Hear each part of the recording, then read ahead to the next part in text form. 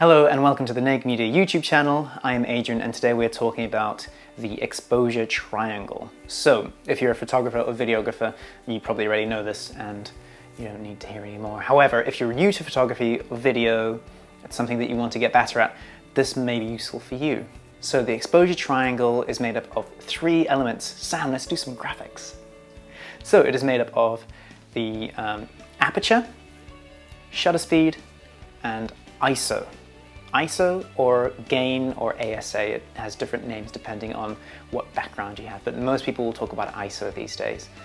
So the aperture is the amount of light that's being let in by the lens. It's the size of the diaphragm that is within the lens itself. So the wider the aperture, the more light comes in. The smaller the aperture, the less light comes in. But remember that the aperture also changes your depth of field.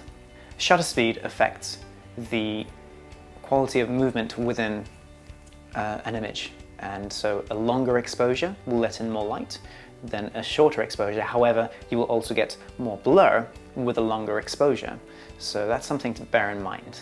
Finally, ISO is the sensitivity of your sensor to light. So if you increase the ISO in your camera, it's making the sensor more sensitive to light. This means the higher the ISO, the more sensitive it is to light, and therefore you'll get a brighter picture, brighter image.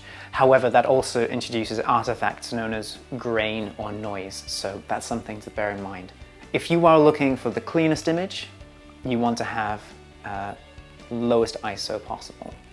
And if you're looking for an image with no blur, you're going to want to have a high shutter speed. And if you want the blurriest, nicest background, you're going to want a high aperture. Your priority should always be getting the right exposure. However, once you've done that, then you can start to play with it to introduce more artistic elements to your image. So for example, if you want to have a blurrier background, then you want to increase your aperture. But remember, that lets in more light. So then you'll have to adjust the other two elements or one of the other elements of the triangle. If you want faster shutter speed, you're going to have to find a way to let in more light. So that'll either be increasing the ISO or increasing the aperture.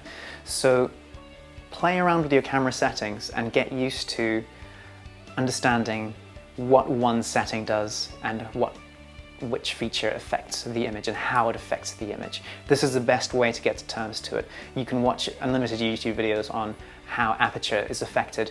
Go out there and try it. Shoot your camera with a wide aperture and then stop down the aperture and see how it affects your image. You'll get to know the settings better and you'll get to know what you want from your photographs and your style.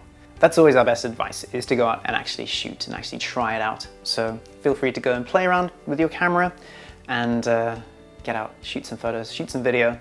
And if you've enjoyed this video, like and subscribe. Let us know your comments down below and also check out our blog because we have a lot of information like this on our website, which includes improving your video, improving your photography, and also improving your marketing as well. So go check that out.